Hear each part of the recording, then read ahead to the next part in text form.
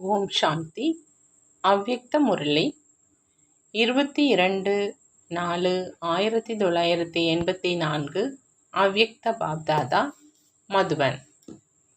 இன்றைய முரளியின் தலைப்பு விசித்திர தந்தையின் மூலமாக விசித்திர படிப்பு மற்றும் விசித்திர பிராப்தி.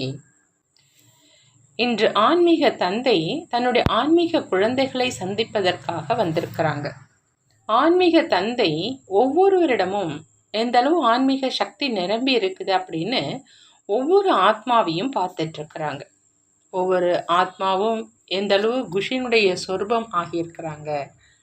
ஆன்மீக தந்தை அழியாத குஷினுடைய பொக்கிஷத்தை குழந்தைகளுக்கு பிறப்புரிமையாக கொடுத்திருக்கிறாங்க. ஒவ்வொருவரும் தன்னுடைய ஆஸ்தியை, அதிகார உரிமையை வாழ்க்கையில எந்த அளவு பிராப்தி செஞ்சிருக்கிறாங்க. குழந்தையாக இருக்கிறவங்க பொக்கிஷங்களுடைய அதிபதியாக ஆகியிருக்கிறாங்களா அப்படிங்கிறத பார்த்துட்டு இருக்கிறாங்க. தந்தை வள்ளல் அனைத்து குழந்தைகளுக்கும் முழுமையான அதிகாரத்தை கொடுக்கிறாங்க. ஆனால் ஒவ்வொரு குழந்தையும் அவங்களுடைய தாரணையினுடைய சக்திக்கு ஏற்ற மாதிரி அதிகாரியாக ஆகிறாங்க. தந்தைக்கோ அனைத்து குழந்தைகளுக்காக ஒவ்வொரு ஆத்மா அப்படிங்கிற குழந்தை எப்பொழுதும் அனைத்து பொக்கிஷங்களால் நிரம்பி அநேக ஜென்மங்களுக்காக சம்பூர்ண ஆஸ்தியினுடைய அதிகாரியாக ஆயிடணும் அப்படிங்கிற அந்த ஒரே நல்ல எண்ணம் தான் இருக்குது. அந்த மாதிரி பிராப்தி செய்வதனுடைய ஊக்கம் உற்சாகத்தில் இருக்கும் குழந்தைகளை பார்த்து பாப்தாதாவும் மகிழ்ச்சி அடைகிறாங்க.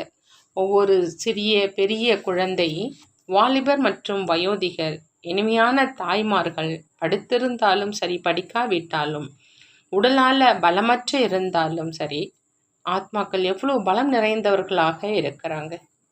ஒரு பரமாத்மா மேலே உள்ள அன்பு எவ்வளவு இருக்குது. நான் பரமாத்மாவை தெரிஞ்சுக்கிட்டேன் அப்படின்னா அனைத்தையும் தெரிஞ்சுக்கிட்டேன் என்ற அனுபவம் இருக்குது. பாப்தாதாவும் அந்த மாதிரி அனுபவி ஆத்மாக்களுக்கு முழு ஈடுபாட்டில் மூழ்கி இருக்கும் குழந்தைகளே, எப்பொழுதும் நினைவு செய்வதில் நீடூழி வாழ்க, எப்பொழுதும் சுகம் சாந்தியின் பிராப்தியில் வளர்ந்து கொண்டே இருங்க, அழியாத குஷினுடைய ஊஞ்சலில் ஆடிக்கிட்டே இருங்க. மேலும் உலகத்தில் இருக்கிற அனைத்து ஆத்மாக்கள் அப்படிங்கிற தனது ஆன்மீக சகோதரர்களுக்கு சுகம் சாந்தியை அடைவதற்கு சகஜ வழியை சொல்லி அவங்களையும் ஆன்மீக தந்தையின் ஆன்மீக ஆஸ்தியை உரியவராக ஆக்குங்க. ஆன்மீக தந்தையினுடைய ஆன்மீக ஆஸ்திக்கு உரியவராக ஆக்குங்க அப்படிங்கிற அந்த வரதானத்தை தான் கொடுக்குறாங்க. நம்ம அனைத்து ஆத்மாக்களும் ஒரு தந்தையினுடைய குழந்தைகள், ஒரே குடும்பத்தை சேர்ந்தவங்க, ஒரே வீட்டை சேர்ந்தவங்க, ஒரே உலக நாடக மேடையில் வாழ்க்கைங்கிற பாகத்தை ஏற்று நடிக்கும் நடிகர்கள் அப்படிங்கிற இந்த ஒரு பாடத்தை அனைவருக்கும் கற்பிங்கன்னு பாபா சொல்கிறாங்க. அனைத்து ஆத்மாக்களாக நமக்கு ஒரே இயற்கையான குணம் அமைதி மற்றும் தூய்மை. இதே பாடத்தின் மூலம் சுய பரிவர்த்தனை மற்றும் உலக பரிவர்த்தனை செய்து கொண்டிருக்கீங்க. மேலும் நிச்சயம் அது நடக்கும். அவ்வளோதான், சுலபமான விஷயம்தான் இல்லையான்னு பாபா கேட்குறாங்க. கடினம் இல்லையே. படிப்பறிவு இல்லாதவங்க கூட இந்த பாடத்தின் ஞானம் நிறைந்தவர்களாக ஆகியிருக்கிறாங்க. ஏன் அப்படின்னா படைப்பவர் விதையை தெரிந்து படைப்பவர் மூலமாக படைப்பை இயல்பாகவே தெரிஞ்சிருக்கிறாங்க. அனைவரும் ஞானம் நிறைந்தவர் தான் இல்லையான்னு பாபா கேட்குறாங்க. முழு படைப்பை படைத்தவர் மற்றும் படைப்பின் 3 வார்த்தைகளை மட்டும் படிச்சிட்டீங்க. ஆத்மா, பரமாத்மா மற்றும் படைப்பு சக்கரம். இந்த 3 வார்த்தைகளினால என்னவாக ஆயிட்டீங்க? என்ன சான்றிதழ் கிடைச்சிருக்குதுன்னு பாபா கேட்குறாங்க. பிஏ எம்ஏன்னு சான்றிதழ் கிடைக்கல, ஆனால் திரிகால தரிசி, அதாவது 3 காலங்களை தெரிந்தவங்க, ஞான சொரூபம் அப்படிங்கிற இந்த பட்டம் கிடைச்சிருக்குதான் இல்லையா? மேலும் வருமானத்துக்கான ஆதாரம் என்ன இருக்குது? என்ன கிடைச்சிருக்குது? சத்தியமான ஆசிரியர் மூலமா பல ஜென்மங்களுக்கு அழியாத அனைத்து பிராப்திகளுடைய உத்தரவாதம் கிடைச்சிருக்கு. பொதுவாக எப்பொழுதும் சம்பாதிச்சுக்கிட்டே இருப்பாய், செல்வந்தனாக இருப்பாய் அப்படின்னு ஆசிரியர் உத்தரவாதம் கொடுப்பது கிடையாது. அவரோ கற்பித்து தகுதியானவராக ஆக்கி விடுகிறார். குழந்தைகள் உங்களுக்கு அல்லது இறை மாணவர்களுக்கு தந்தை ஆசிரியர் மூலமா தற்சமயத்தினுடைய ஆதாரத்தில் 21 ஜென்மங்கள் சத்தியுகம் திரேதாயுகத்தில் நிரந்தர சுகம் சாந்தி, செல்வம், ஆனந்தம், அன்பு நிறைந்த பரிவாரம் கண்டிப்பாக கிடைக்கும். பாபா சொல்கிறாங்க, கிடைக்கும் என்பது கிடையாது, கண்டிப்பாக கிடைக்கும். இந்த உத்தரவாதம் இருக்குது. ஏன்னா அழியாத தந்தை, அழியாத ஆசிரியர் ஆகிய நல்ல அழியாதவர் மூலமாக கிடைக்கும் பிராப்தியும் அழியாதது. ஆகவே நான் சத்தியமான தந்தை, சத்தியமான ஆசிரியர் மூலமாக அனைத்து பிராப்தியினுடைய அதிகாரத்தை அடைஞ்சிட்டேன் அப்படிங்கிற இந்த குஷி நிறைந்த பாடலை பாடிக்கிட்டே இருங்க. இதைத்தான் விசித்திர தந்தை, விசித்திரமானவர்கள், மேலும் விசித்திர படைப்பு, விசித்திர பிராப்தி அப்படின்னு சொல்றது.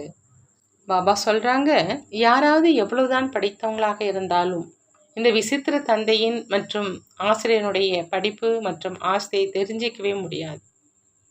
படங்களை வரையவும் முடியாது. எப்படி தெரிஞ்சுக்க முடியும்? இவ்வளோ பெரிய உயர்ந்ததிலும் உயர்ந்த தந்தை, ஆசிரியர், மேலும் எங்கே கற்பிக்கிறார், மேலும் யாருக்கு கற்பிக்கிறார், எவ்வளோ சாதாரணமாக இருக்கிறார்.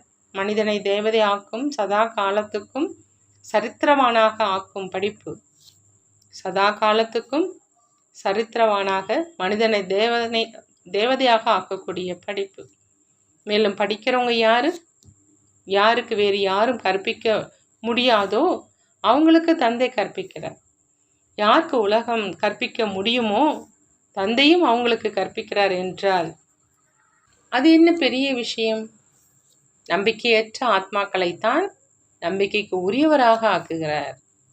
நம்பிக்கையற்ற ஆத்மாக்களைத்தான் நம்பிக்கைக்கு உரியவராக ஆக்குகிறார். அசம்பவத்தை சம்பவமாக ஆக்குறார்.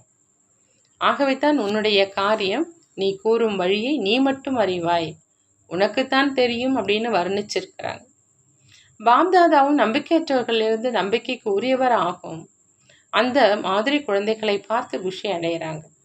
வாங்க வாங்க, தந்தையின் வீட்டின் அலங்காரமே வாங்க, வருக வருக அப்படின்னு வரவேற்கிறார். நல்லது. எப்பொழுதும் தன்னை சிரேஷ்ட பிராப்தியினுடைய அதிகாரி அப்படின்னு அனுபவம் செய்யும் சிரேஷ்ட ஆத்மாக்களுக்கு ஒரு ஜென்மத்தில் அநேக ஜென்மங்களுடைய பிராப்தியை சேமிப்பு செய்யக்கூடிய ஞான சுரூப குழந்தைகளுக்கு எப்பொழுதும் ஒரு பாடத்தை படிக்கும் மற்றும் கற்பிக்கும் சிரேஷ்ட குழந்தைகளுக்கு எப்பொழுதும் வரமளிக்கும் வள்ளல் தந்தையினுடைய வரதானங்களில் வளர்ந்து கொண்டிருக்கும் பாக்கியவான் குழந்தைகளுக்கு பாப்தாதாவின் அன்பு நினைவுகள் மற்றும் நமஸ்காரம் செய்கிறாங்க. நாமும் நம்மளுடைய பாப்தாதாவுக்கு அன்பு நினைவுகள் மற்றும் நமஸ்காரம் செய்வோம். நல்லது. ஓம் சாந்தி. நன்றி பாபா. நன்றி.